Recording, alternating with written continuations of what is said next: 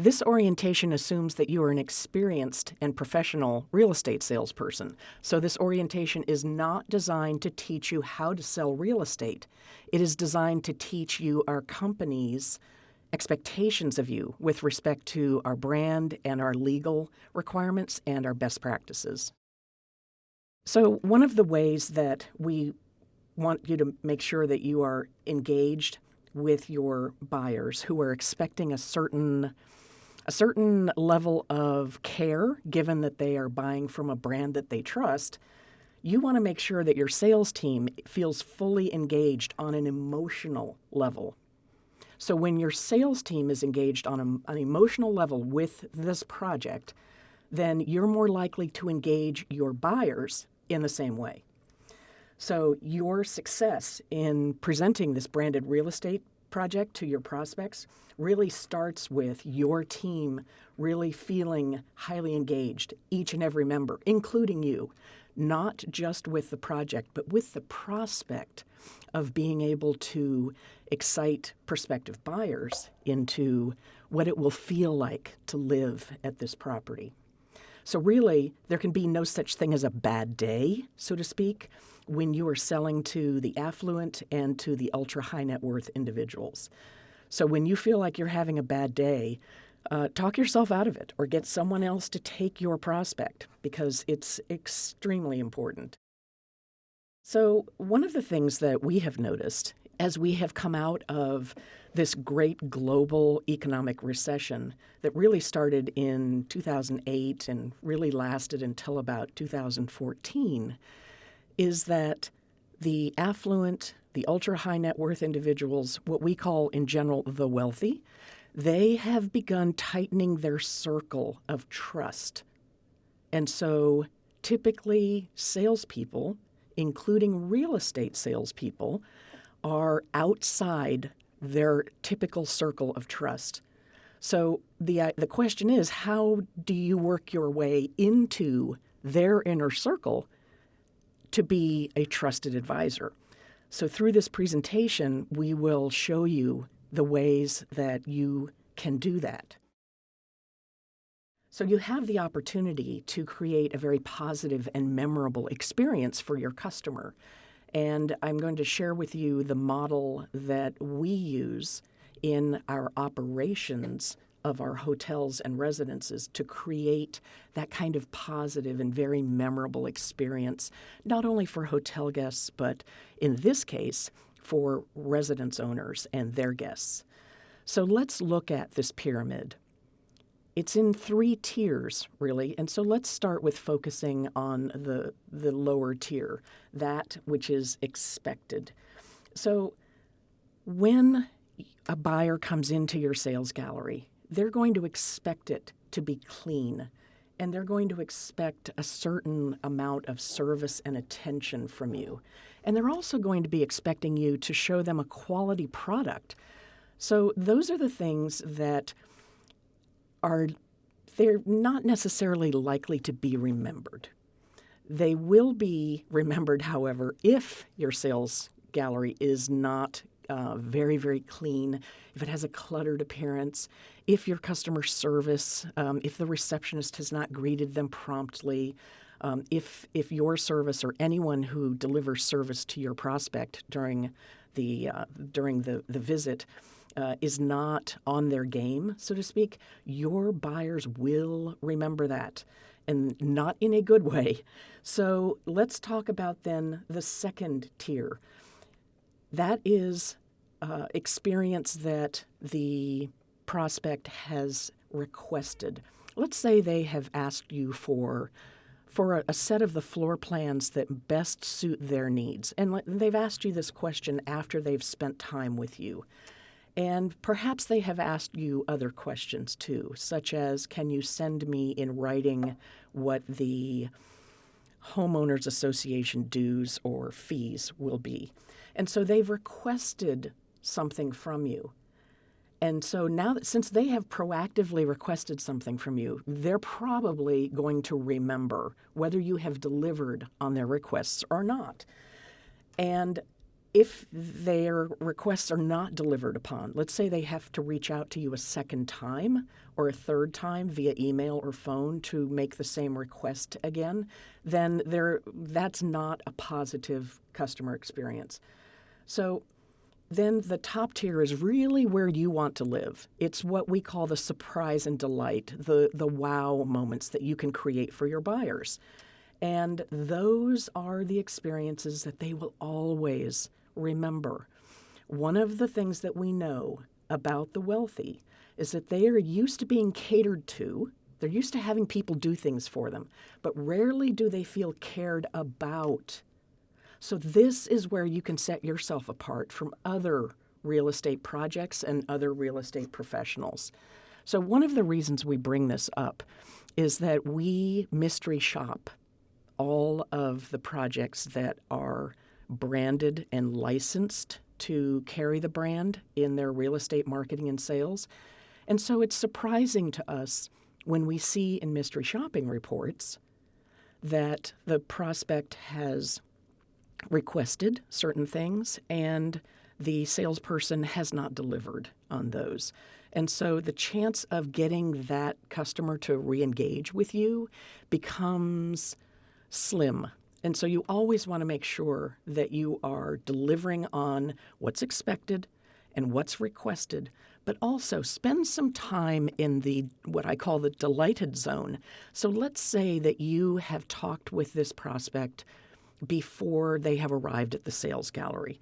And you know from talking to them that they love their coffee prepared a certain way or their tea, or you know that they're going to be bringing their family with them, and perhaps their family includes a couple of young children. So in that case, you want to delight them by presenting them with coffee exactly the way you know they like it, and perhaps having coloring books and stuffed animals available to keep the children entertained and engaged while their parents are talking with you about buying real estate. So And one of the other things that we have noticed in our study of the wealthy is that they are delighted by a handwritten note from you after they have engaged with you. It may be that they have not come into your sales gallery. It could just be that you have talked with them on the phone. If you've talked with them on the phone, send them a note if they are willing to share their mailing address with you. Anything that you can do that goes above and beyond what they expect. Remember, they want to feel cared about, and it's the details that will delight them. So when you learn things about these people, activate those in some way that demonstrates to them that you've heard them, that you care about them, and you want to facilitate their lifestyle. So nearly everywhere across the globe, salespeople tell us that the woman in the household is highly influential in the decision of which home to buy. And so we want you to make sure that you give equal focus to the wife when you meet with couples who are visiting your sales gallery. Or if it's a woman who has reached out, say, via your website or by phone to learn more about your project, avoid asking her to have her husband contact you.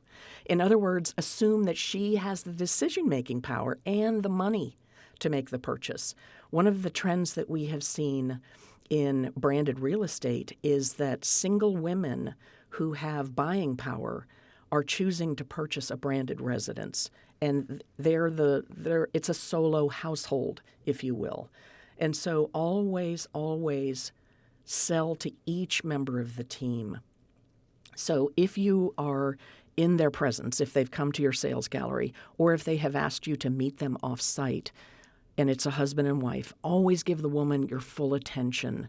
And one way that we tend to describe the woman's power in the marriage relationship and where they're going to purchase is to say that Bill Gates, one of the founders of Microsoft, may have made most of the money in their relationship, but it's his wife Melinda who tells them where they're going to live.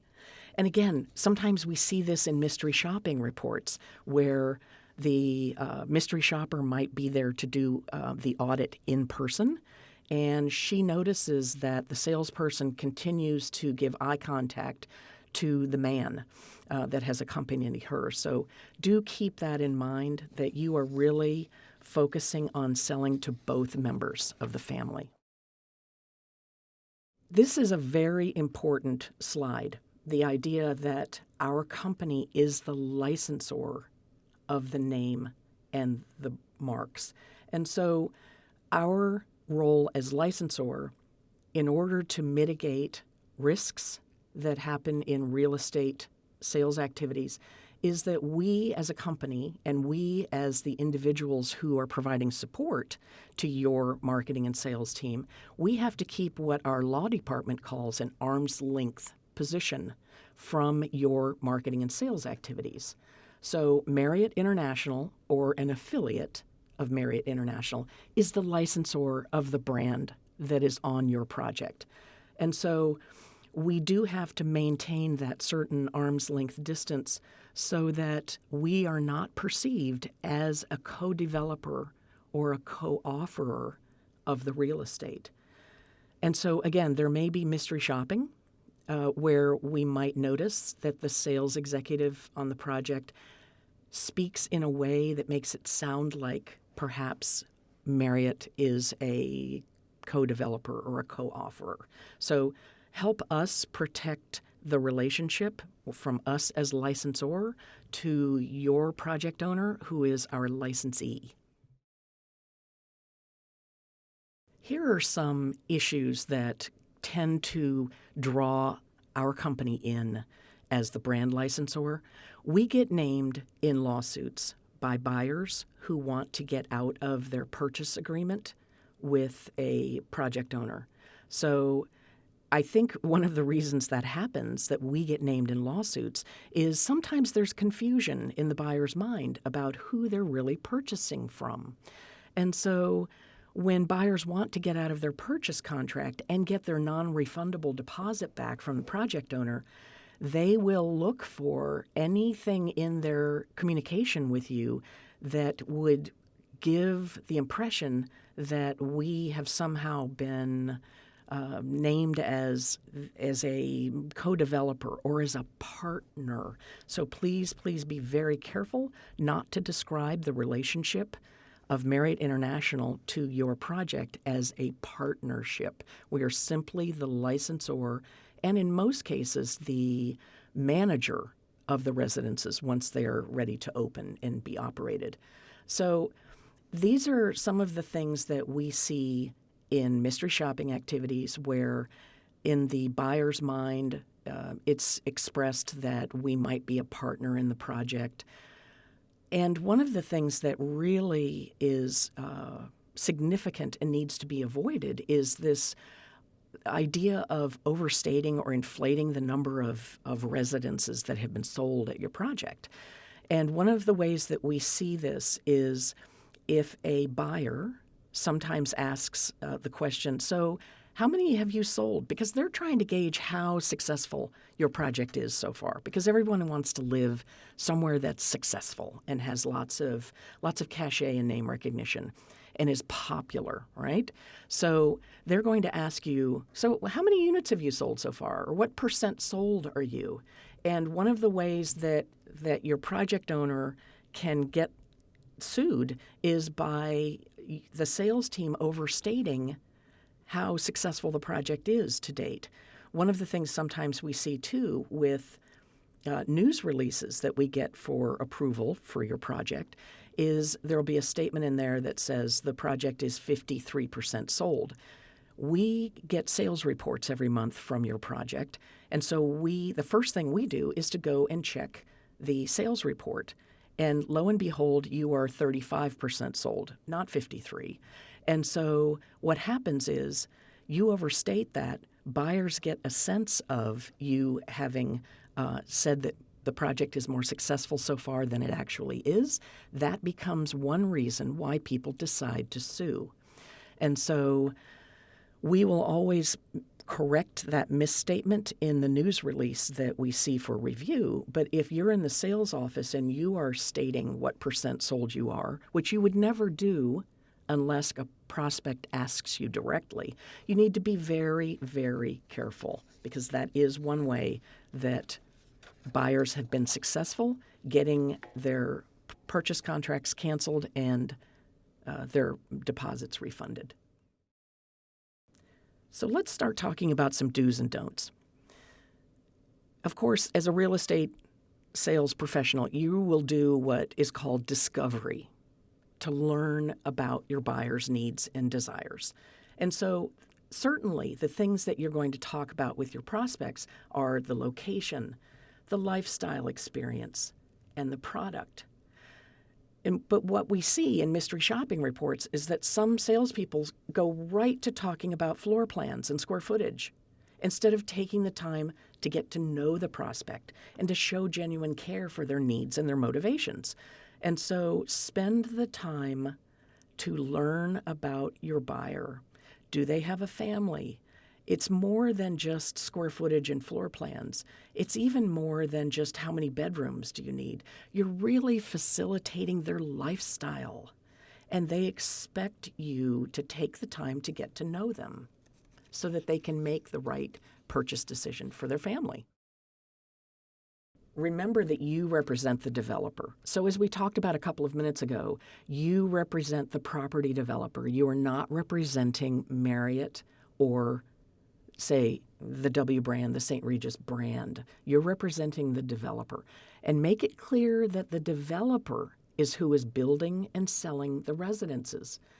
If they ask you, so what's your relationship to Marriott or to Ritz-Carlton, whatever brand you're representing, then your response is to say that Marriott International has licensed their trademarks and their name to your project owner to market and sell the residences and to manage the residences once they're completed. Now, for some of you, you have a franchise agreement with our company to manage the residences after they're open. So make sure that you as a salesperson, you're clear as to who will be managing the residences once they're completed. Is it our company? Is there a management agreement with our company? Or is it your project owner who's either going to manage the residences themselves directly, or are they bringing in a third-party management company? Part of the strength of the sell of a branded residence is when the branded residences are managed by Marriott International and the staff of that brand. That's one of the primary strengths. And so most of you, your project will be managed by, your property will be managed by our company once it's completed. So the way that you would describe the relationship is to say that our company has licensed its name and marks, and that we will be managing the property once it's completed. It's when you misstate the relationship that creates legal risks for our company. So do remember to be clear with your prospects that this isn't a co-venture. We're not a partner in this development with your project owner. And that you are not employed by the brand or by Marriott International. Every now and then when I have gone to sales offices to meet sales executives and to listen to them present their property, they will sometimes use we language in a way that makes them sound like they are an employee of our company. So just be sensitive to that. So for certain brands that we license, such as the Ritz-Carlton, St. Regis, W, and Edition, they allow for certain privileges when your contracted buyers travel and stay in hotels in the brand that they're buying. That set of privileges is called the Hotel Reservation Service, or for short, the HRS. So the HRS can be presented in your initial conversations with a buyer. And sometimes they will prompt you by saying, so if I buy a Ritz-Carlton residence, a W residence, what have you, do I get certain privileges when I stay at those hotels, once I'm an owner? And the answer is yes. But please, when you're discussing the HRS, don't call it a program. And don't call it a benefit of ownership. It's merely what we think of as a service or a set of services. And the reason why we want you to avoid calling it a program or calling it quote unquote owner benefits is that the HRS is good only for the calendar year in which it's offered. It has to be ratified annually by hotel owners in that brand, and they can choose to discontinue it. So be sure not to make it seem like a right that's granted in perpetuity with the home purchase. Now, the HRS documents are available at the beginning of each new calendar year from your assigned residential marketing contact here at our company. Another thing to talk about on this slide is floor plans. And again, we see this in mystery shopping, where you have done your discovery with your prospect and you have identified with the prospect which floor plans will best suit their needs. Now, you have either offered to send them those floor plans, or they have made the request from you to send the floor plans. In mystery shopping reports, what we see sometimes is that there is a huge file of every floor plan for the project instead of only the floor plans that you and the buyer have determined best suit their needs. These are the details that tell a prospect, have you been listening to me? Do you really care about my needs? So don't overload them with floor plans. Send them only what you have discovered really is right for them. And again, remember about the hotel reservation service, it is not for every brand in the galaxy of Marriott International's residential brands. It is only for the luxury brands, and specifically Ritz-Carlton, St. Regis, W, and Edition. Another thing that we see in mystery shopping reports is lag time sometimes in responding to a prospect's inquiry. So you will have a project website and you'll have a contact page on that website. And so a prospect will oftentimes reach out through that contact form before they would ever call your sales center. Because as you know, most real estate purchasers start all of their research online. So you know they're going to go to your project website first. And that's likely where your first contact is going to be from them.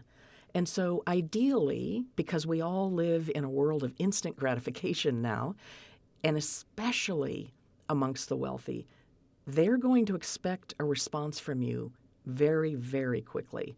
So, you know, on your project website, once they submit their contact information, most likely you have an automated response, an auto-generated response on your website that says, thank you for your inquiry. Someone will be back in touch with you very soon. And in mystery shopping, sometimes we see that no one responds to that web inquiry. And so it also happens that way with phone calls. When the prospect calls your sales office, because most likely your sales office phone number is on the website, so they'll call you, or perhaps they've seen that in an ad. Perhaps they've seen the phone number in an ad and they've decided, I'm just going to call directly. I'm not even going to bother going to the website first.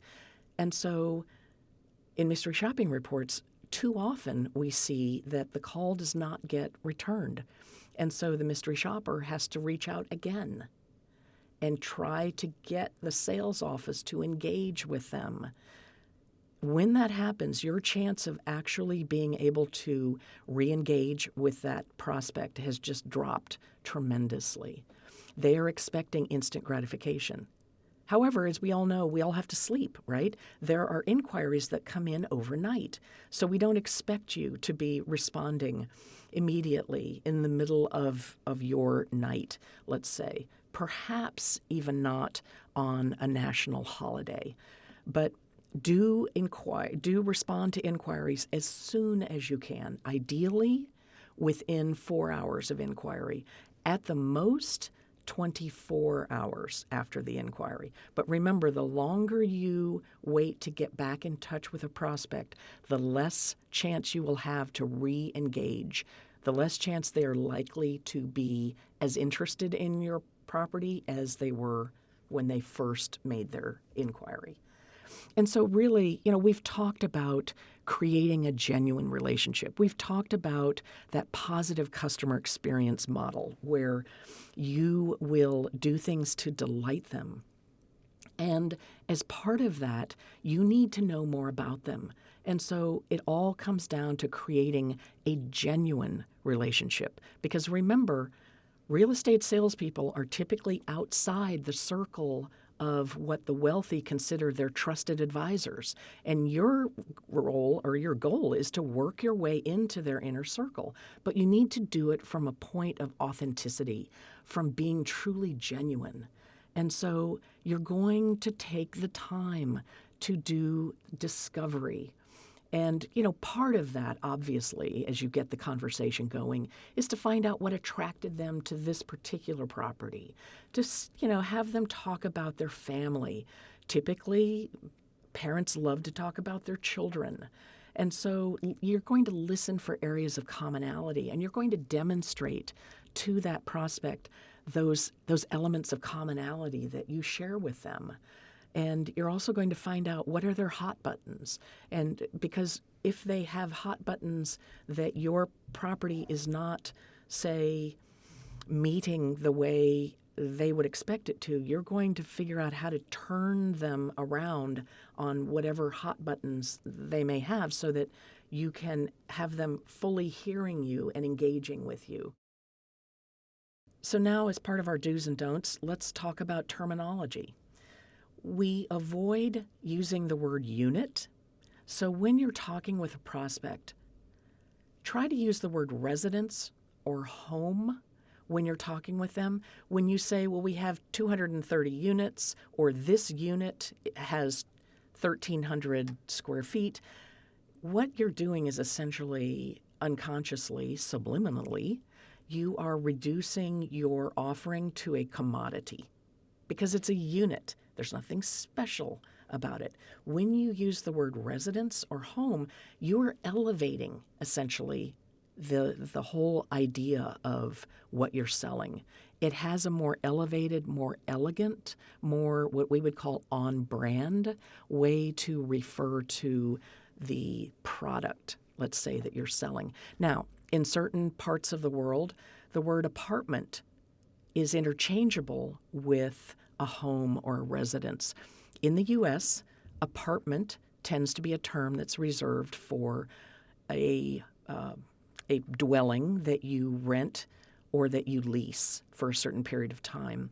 So what you would want to do, again, to continue to create that connection with your prospect, if they use the term apartment and they're fully aware that this is a for-purchase home, then mirror their language. If they say apartment, you'll say apartment.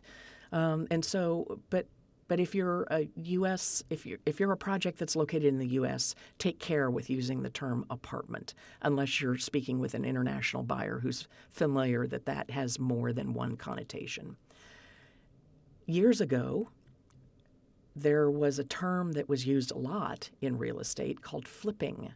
And you might have a prospect, if you're in a hot market, you might have a prospect who will come in and say, can I flip this as soon as I close escrow? And the answer is not to mirror their language. You would not say to them, oh yeah, you can flip that. So avoid getting into that type of conversation with them unless the government real estate laws in your jurisdiction don't allow them to resell as soon as they close escrow. Then there's probably not going to be a reason to engage with someone on this conversation of quote unquote flipping the property. And don't discuss any incentives that your property owner may be offering. Don't discuss those. Don't call them deals or discounts because, again, that's very sort of typical neighborhood, if you will, positioning of your residential offering. So instead, keep your language elevated and say incentive as opposed to, well, this is the deal our developer's offering this month. You would say, our developer is offering an incentive. And then you describe what that incentive is. And you make sure that they understand that that incentive is coming from your developer. It is not an incentive being offered by our company. And then again, with terminology, we want to make sure that you're using what we would call residential language. So there are certain terms in the world of hotel operations, such as in-room dining or the more outdated term, room service. In this case, if someone says, well, can I get room service? Because chances are your property is co-located with a hotel of the same brand. So they may ask you, can I get room service? Can I get in-room dining? The answer is yes, absolutely. The residential staff can provide in-residence dining for you. So in-residence dining, if you are proactively describing the services that are being offered to residents, then you will describe it as in-residence dining, even before, say, your prospect might ask about it. So when you have a prospect who asks you, how do I know, say, I'm buying this St. Regis residence or this Sheraton residence or what have you. So I'm buying this residence that has this brand on it. How do I know that this developer is going to build a product that meets those brand standards? How do I know that there's going to be a high level of quality in the construction and in the fit and finish that's inside my home? And so it is perfectly fine to say that our company, Marriott International, provides what we call design brand standards in the form of guidelines to your developer to ensure that they are building a product that is going to be on brand, that will meet the standards of the brand and meet the expectations of the buyer who is attracted to that brand, and that's why they have come to see you. So one of the things that we also pick up on when we do mystery shopping is how your receptionist or your sales associate answers the phone. So ideally, we would like to hear the term sales office used in the answering of that phone. So it could be good morning, good evening, good day. This is Sarah at the sales office of, and then you would say the name of your branded project. So it could be, good morning, this is Sarah at the sales office of the Ritz-Carlton Residences Amman. How may I assist you today? So the reason that we want you to avoid having the people who answer your phone just say, the Ritz-Carlton Residences, is that if your property is open and operating, your prospect might not understand that they have reached the right place. They want to reach the sales center. And so that's why you want to use the term sales office when you're answering the phone, so that your prospect is clear that they have reached the place that they intended to reach. If you just say Ritz-Carlton Residences, then that's the way our staff will answer the phone if it's the concierge when someone calls that open property. So just make sure you're clear so that people can understand that they've reached the right office and they have dialed correctly. We'd like to make sure that you take great care not to use terms such as investment, invest, investor. Don't discuss return on investment when you're talking with prospects, because sometimes buyers who are just buying because they want to put it in their portfolio of assets that they own, they may not plan to live in that residence. They may be purchasing it to lease it out to a tenant. And so they're going to ask you, well, what do you think I can rent this for? What do you think I'll be able to resell this residence for when it comes time to change my assets in my portfolio? They will also want to use the terms invest and investment. And I think we all know from those years of the great global recession, you can definitely lose money in real estate. And so when someone uses the term, I want to invest in, or I see this as an investment, don't mirror their language.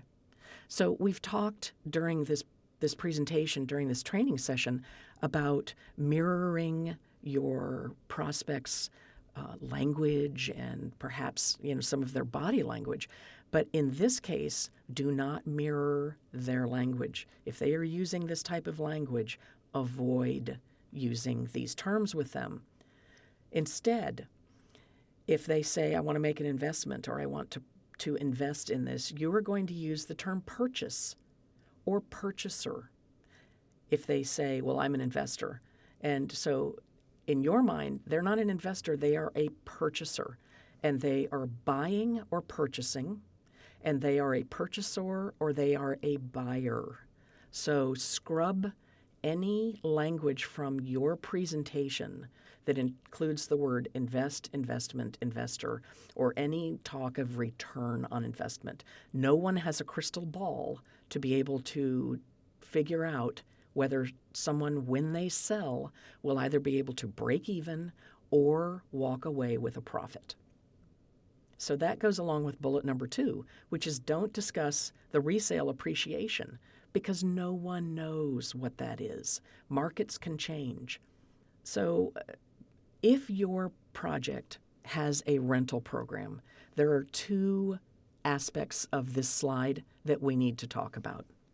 One is in your condominium documents, there will be a stated lease term minimum. It could be 6 months, it could be 12 months. So be sure that you're aware of what the minimum lease term is that's stated in your condominium documents or your homeowner association documents. Because your buyers will ask you, especially the ones that plan to purchase and not live in it, but perhaps to lease it out and have it as part of their asset portfolio.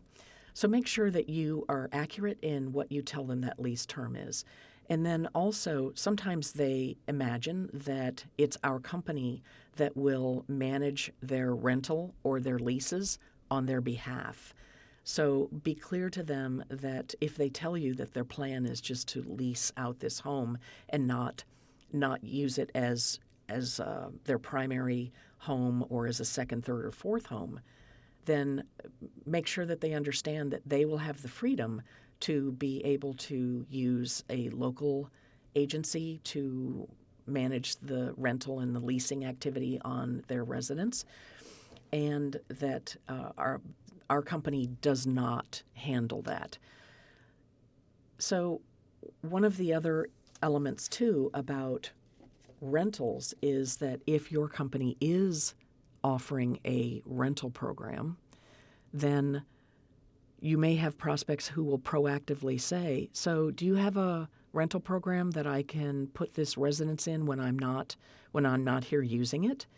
And so you need to be careful about what you say, because our company, as the licensor of the brand, and therefore having some legal risks in being the licensor of the brand to a third party, such as your project developer, you have to be very careful in your responses.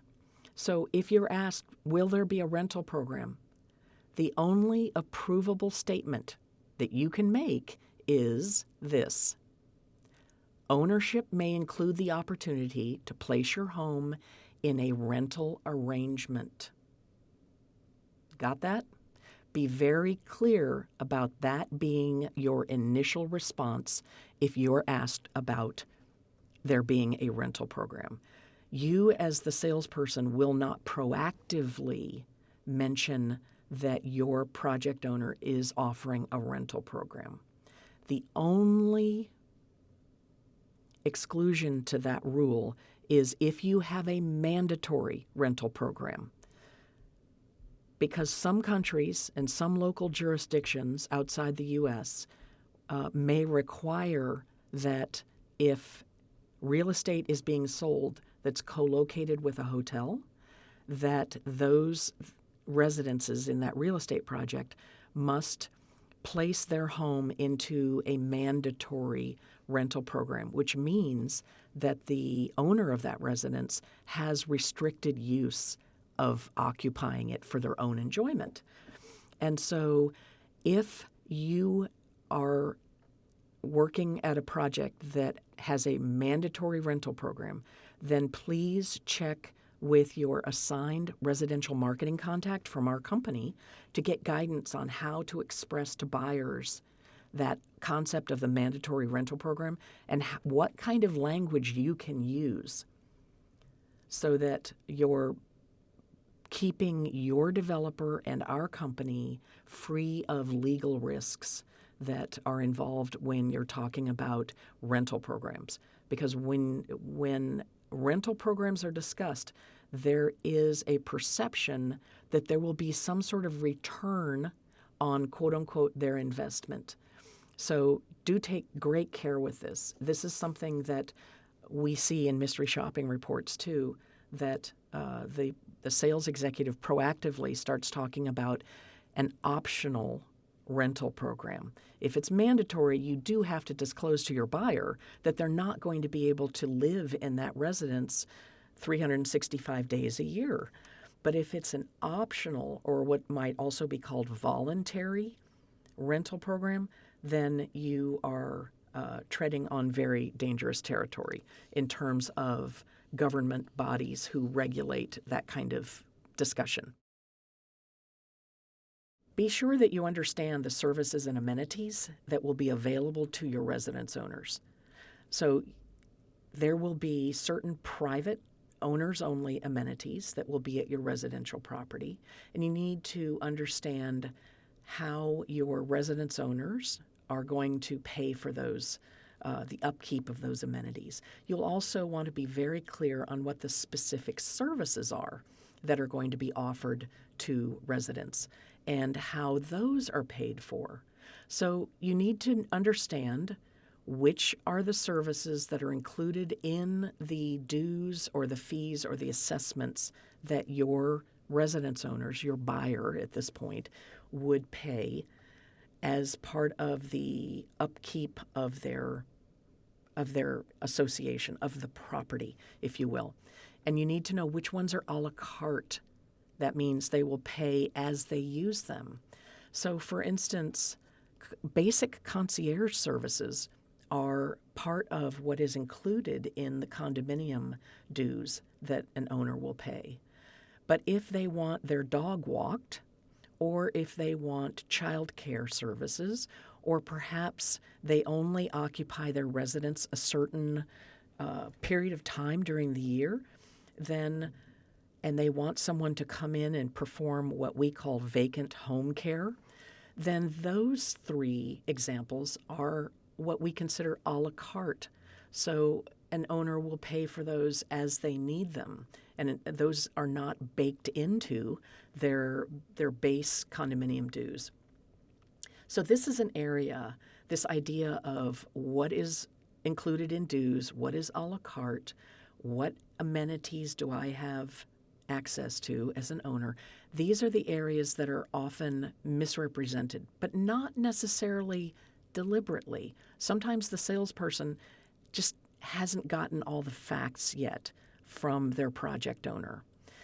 And if you have any questions about the services and amenities, you can also reach out to your assigned residential marketing contact in our company, and they can help you get clarity around that. Part of the idea is to make sure that you're not overpromising what the services are that your owners will enjoy, because that can create some ill will with our residential operations team once they begin to operate the property. So you want to make sure that you're being accurate.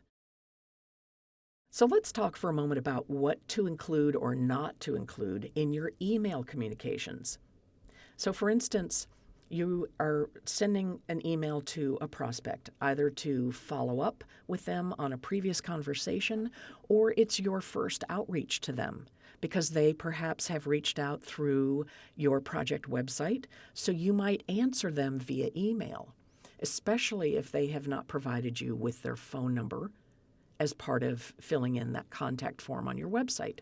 So let's make sure that when you are corresponding via email with prospects, you are not including your project logo or the brand logo. And you are not using sort of abbreviated language, if you will, when you're referring to the brand in the body of your email. So let's say you are representing a Ritz-Carlton Residences project. So in your email, you will not write just, well, this is follow-up to give you some information about the Ritz or Ritz Residences. And likewise, if you're representing, say, a JW Marriott Residences project, you wouldn't say, here's some information about the JW. In other words, take the time to use the proper full name of the brand.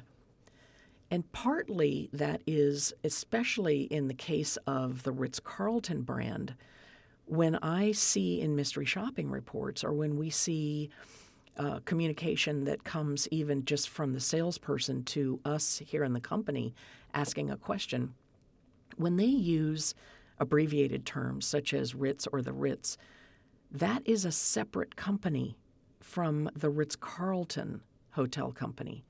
So you're really, in essence, referring to a company that happens to own the Ritz London, the Ritz Paris, and the Ritz Madrid.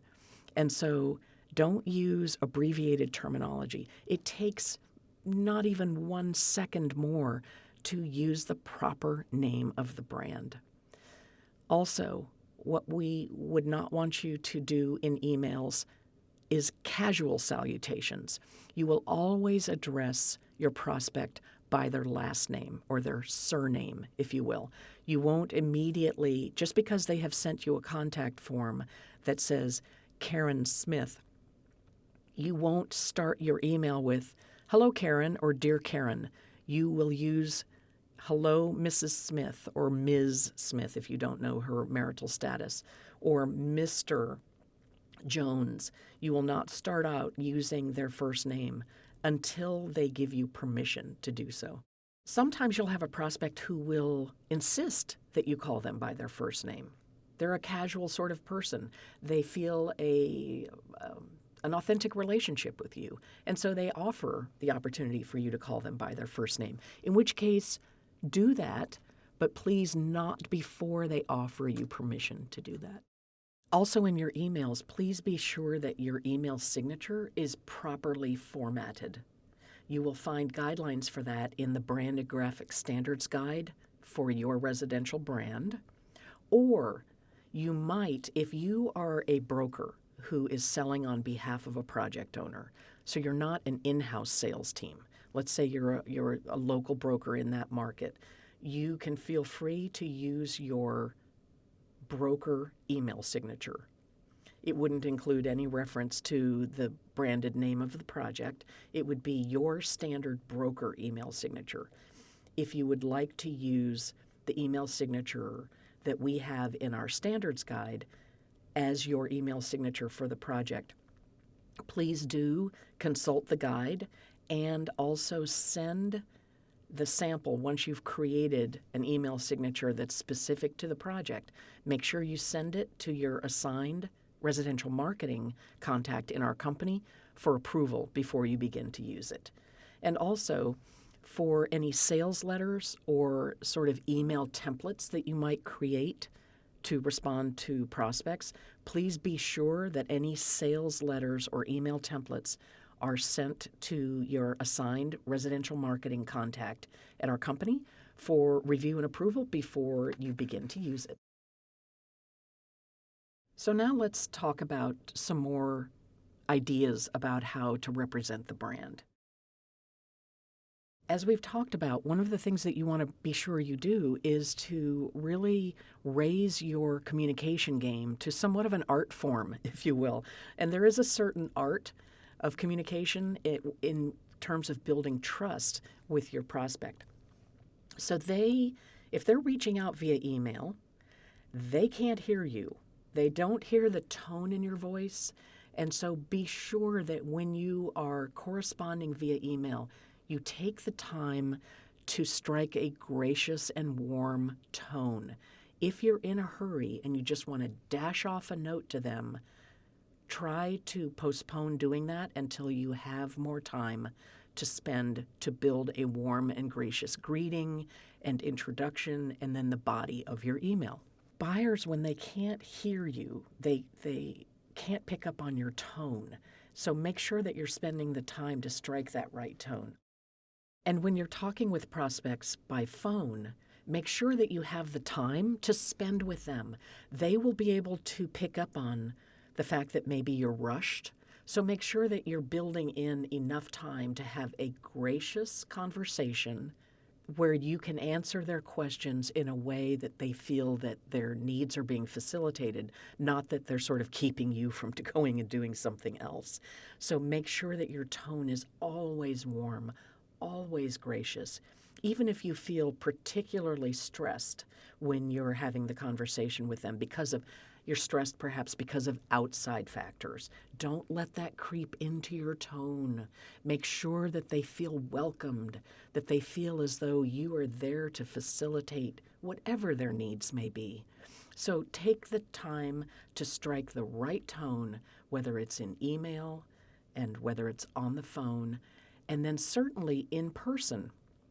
So as you can see from this chart, 55% of what the prospect will pick up on is really in your body language and your facial expressions. That's where they're going to see, is this person accepting of me? Are they welcoming of me?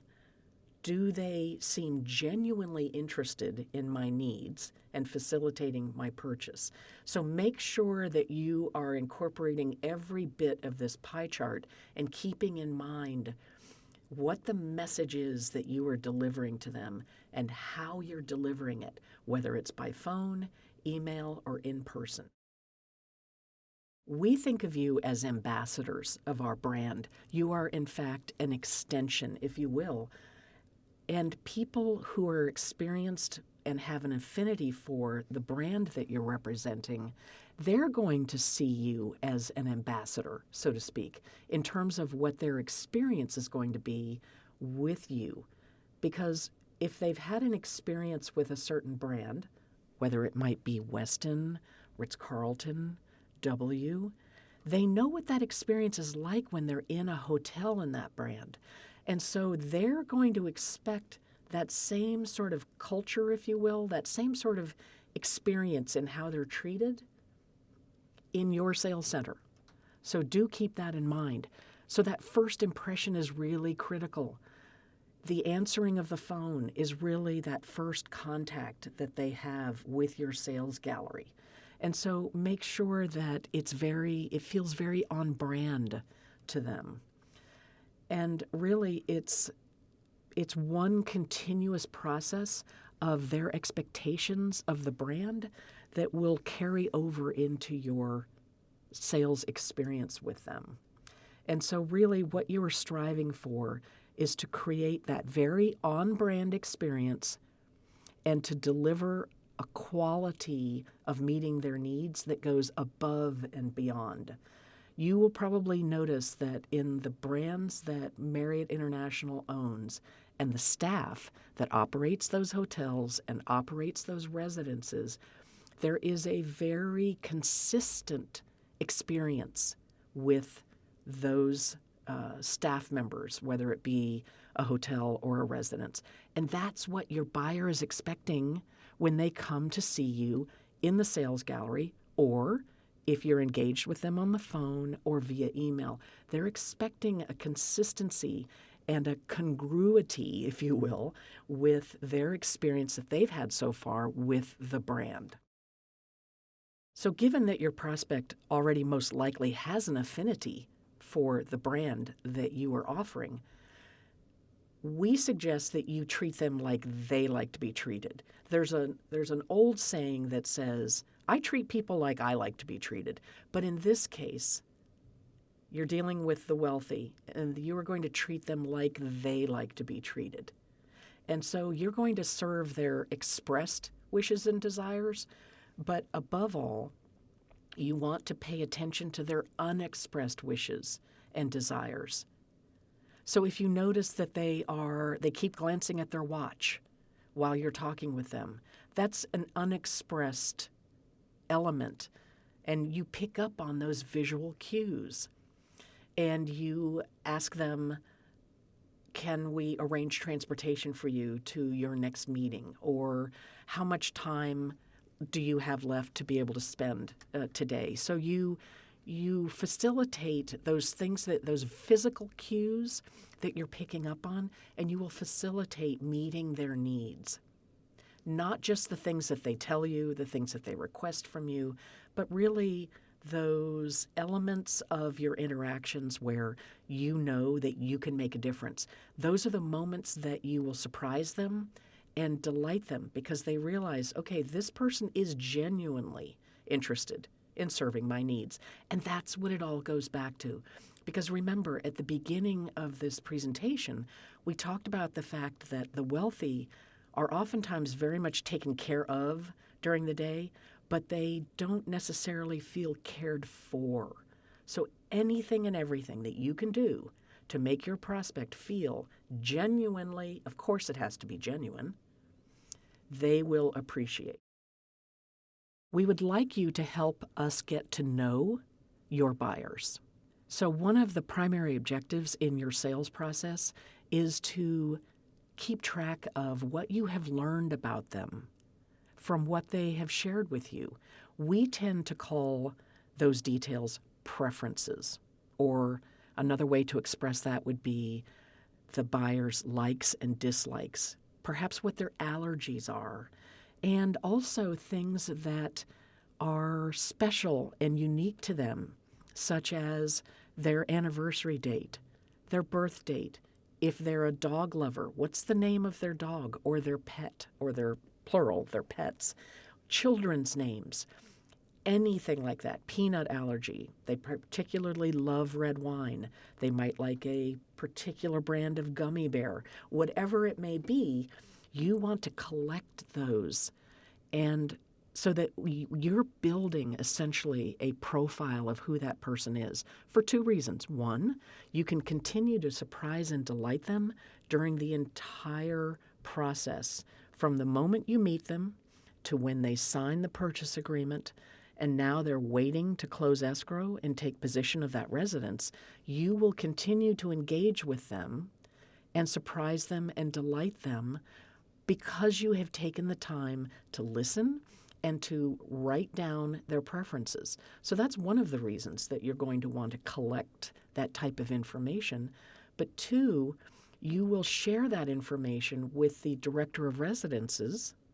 Once that director hires his or her team, they will want to know as much as they can about who their owners are going to be, so that they can continue this process of surprising and delighting their owners. One of the things that we have noticed with residence owners is that they form very close bonds with the residential staff at the property. Sometimes those relationships are even closer than the residence owners' relationships with their own family members. And so as much as you can learn about your buyers, you will help the residential staff be able to immediately deliver on those continuing surprise and delight moments with their residence owners. So we thank you in advance for collecting that type of information that really tells you and will eventually tell us who that person is, what they love. This next set of slides are what we call lessons learned from other project sales teams, as well as what we have observed from some of the most successful sales people in the industry of branded real estate and luxury real estate in general. So we will not go through these slides with you one by one. We know that you're capable of reading. And the reason that these slides are here is that they're simply refreshers, because we know that you are a sales professional. So we don't need to teach you how to sell.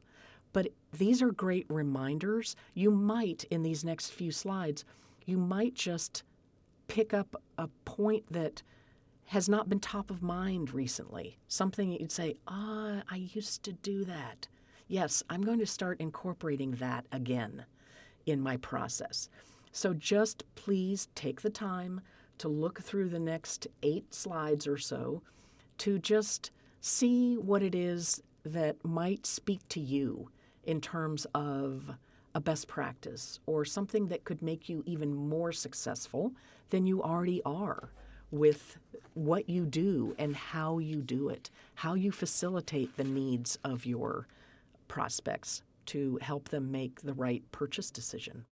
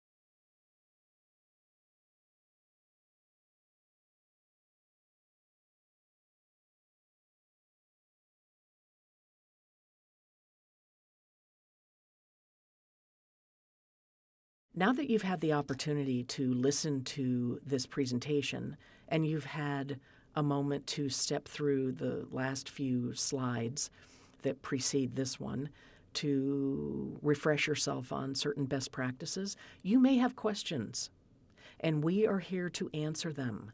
So please, please feel free to reach out to your assigned residential marketing contact to ask any questions that you may have for clarification about any of the elements on any of the slides, and to ask for further information if you feel that your sales team needs to know more about what the services are going to be and whether the owners will have access to any of the hotel amenities if your project happens to be co-located with a hotel. And so we are here for you. Please, please, please do feel free to ask any questions that you may have from this presentation. And thank you very much for your time and for your attention.